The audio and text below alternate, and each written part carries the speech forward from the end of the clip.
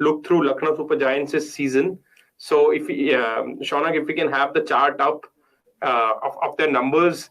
Uh, I mean, on top of my mind, their numbers on the batting front are towards the lower end of the spectrum, which is their average after the league stage was eighth among all teams, and so was their run rate. But I think this was largely due to their home venue, which was way below in terms of run rate or above venue. So they definitely hurt their batting numbers, and similarly, it sort of enhanced their bowling numbers.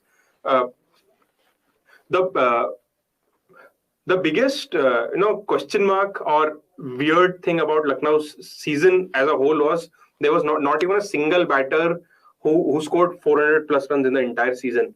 So they really struggle to find that one batter who around whom they can bat.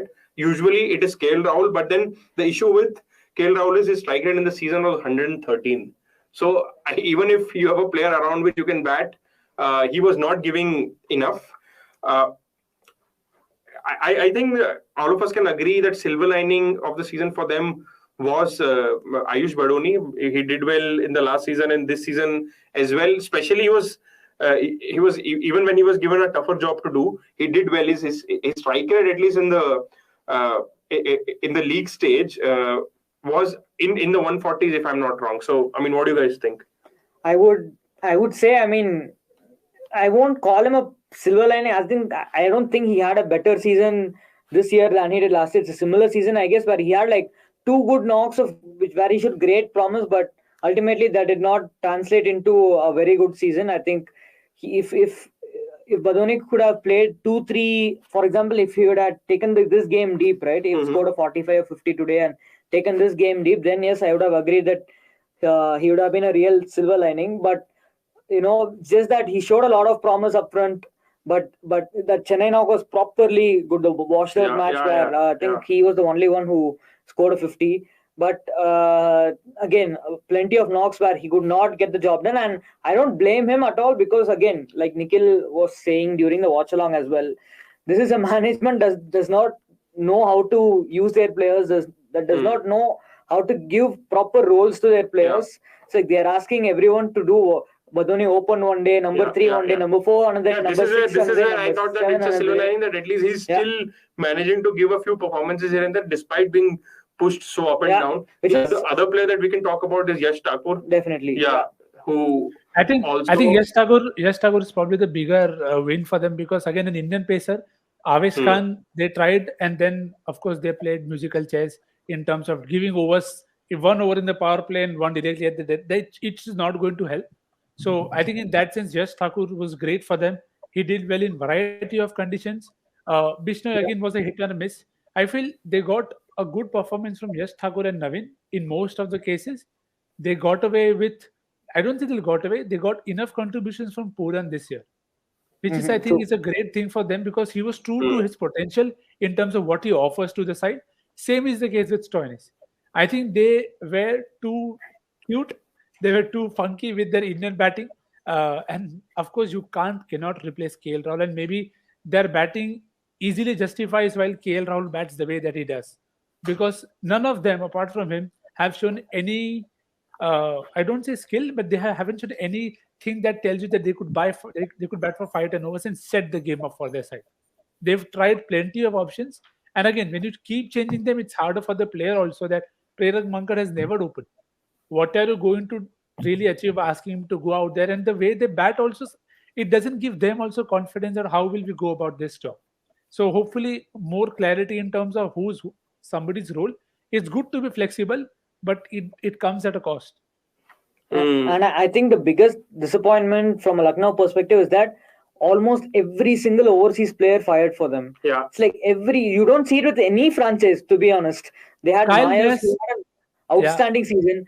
Stoinis had an outstanding season. Puran won them like 3-4 matches. Naveen ul Haq almost is one of the best overseas bowlers this season. Mark Wood won them a couple of matches when he was fit. And I mean, Quinton de Kock played like 3-4 matches, but even he scored a fine 60 or whatever. But it doesn't matter. But when you have like 5-6 overseas players, the Indian contingent massively underperformed. Which brings us to like someone like a Deepak Hooda. Deepak Right? Hooda, I mean, yeah, league stage, his average was 6.9, strike rate 89.6. And even Krunal Pandya, his strike rate of this for the season was 113. And like I mentioned during the watch along as well, his average outside Lucknow, when he was supposed to be playing in better batting conditions, he averaged only 6.75. So those were a couple of dark spots. I think Deepak Hooda ke baare mein to we have already spoken a lot. So not really to add here. That's one player that I really want to touch upon at the end before we move on to maybe some other topic about the team is Avesh Khan. How would you rate his season? Because economy 9.8 and he almost took just averaged 1 wicket per game because his balls per wicket record was 21.8. Yeah, I feel that the usage was not as consistent. I don't think they backed him or they worked enough to see him bowl 4 overs as consistently as a Yash Thakur did or a Naveen did for them. Very often he didn't even complete his overs and was subbed after 3 overs or after 2 overs. So I feel it's hard to judge a player when you don't know what the management is thinking of them. Something that we saw with SR is that you don't know what is the role that the team is looking for that person. So then I think it's difficult for the player also to know that, okay, what is it that I'm going to look into work on? So the same case as we saw in the batting section with the Indian batters, it's coincided with the Indian bowling that Yash Thakur is the only guy who did well. And again, Krunal Pandya sometimes bowling 3 overs in the power play right up. It's some calls are very weird in terms of we don't get the exact logic that why would you do that? You would want an Avesh Khan or somebody else also to bowl at full tilt in the power play. Mohsin Khan came in, gave them a good game against Mumbai. But again, defending 11 is not an everyday thing. It doesn't always happen. So I feel in that sense, the usage has more to blame than I feel the player. Because again, if they're talking to the player, then it's great about it. But I don't see it coming through as clearly. But I mean, talking about Avesh's usage, it was maybe it was more due to the number of options that they have, right? If you have 8 bowling options, I mean, you can't give 4 overs to everyone. But the real point that I brought Avesh in the conversation is because he's costing them 10 crores.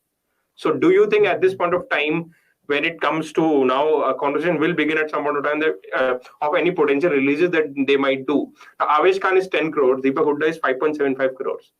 So in terms of at least making room on monetary basis, do you think any of these players might be released to make, because otherwise they won't even, I mean, like you said, overseas players all did well. Yeah. So there are no real options to make,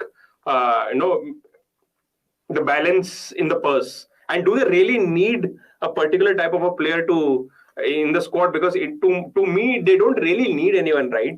They already are spoiled for choices. It just feels that they need probably at least one more quality Indian batter. Yeah, I think I just feel that the drop off between Rahul and then the rest of the Indian batters is too much. It's like, if you look at their bench, they have Manan Vora and Karan Sharma.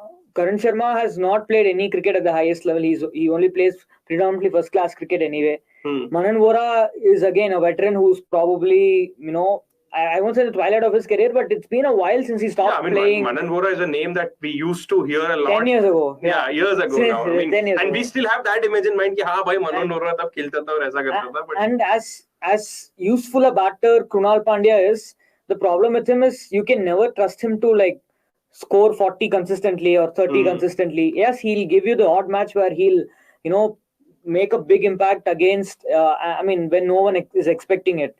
But that's not what you need, right? You need a batter who can guarantee you runs. And it can't always come from Stoinis and Puran and Myers. Talking of, probably they could free up some money and look for an Indian batter, but I'm not sure which Indian batter will be available. Absolutely. From the available Indian batter, don't think most of them will cost a lot unless and until a team like SRH free up Mayank Agarwal. Or if Delhi release Sarfaraz Khan, they can take a punt on him, maybe Sarfaraz Khan or someone like that. Maybe they can, but you never know which team will release who. Teams have shown themselves to be, to make very, very bizarre moves. I mean, it's happened in the past. The only team that they can look towards is SRH. You have a lot of good Indian batters. Maybe give us one. Or you know what? Yeah. I thought they could trade Padikkal with Ara. Exactly, I was about to say that. Padikkal and Nice. Avesh Khan swap. I think that's a pretty good move for both parties. These guys need an Indian pacer anyway, Rajasthan. Yeah. And Lucknow need a top order batter and who's young, who's proven, who's a run bank because they have enough hitters. They need some guy who can give them 400 runs a season at any strike rate. Like at least I'm talking about a secondary Indian batter, not Rahul, but Yeah. the And secondary there, Indian batter. there he could bat at 3. Fixed rule. Yeah. No need to change Padikkal, move him out of any place. So yeah. Exactly. Yeah. Yeah. True. So I mean, we were talking about trades. I hope teams use trades going forward, not just the not cash trades, transfers. Just do it properly. Yeah. Like proper swaps. But maybe nobody. You have something to offer. Do a good barter. Yeah. Maybe nobody likes the reading. That's pretty much it. I mean, like I said, I don't feel they really need a player. We can talk about Daniel Sams as well, whose utility I feel came down because of the impact player rule. They don't really need a bowler who can bat because of this rule. But I think they'll keep him there. I really feel that if Naveen Ullah hadn't clicked, they might have played Sams in a couple of matches because I can almost see his cutters working in a pitch like Lucknow. But given how brilliantly Naveen performed, I don't think there was any room for Daniel Sams to come in. So they have Romari Shepherd as well. These are so Sams and Shepherd are costing them an overseas spot, but not a lot of money. But how much did Shepherd go for in the previous auction? I think it's base price 75-50 Are you sure? Though? Yeah. Previous one he went for a lot, but this one is he just. This time I don't think he went for a lot. So that's pretty much it for Lucknow in this season and our review of the team that did not quite turn up in the eliminator.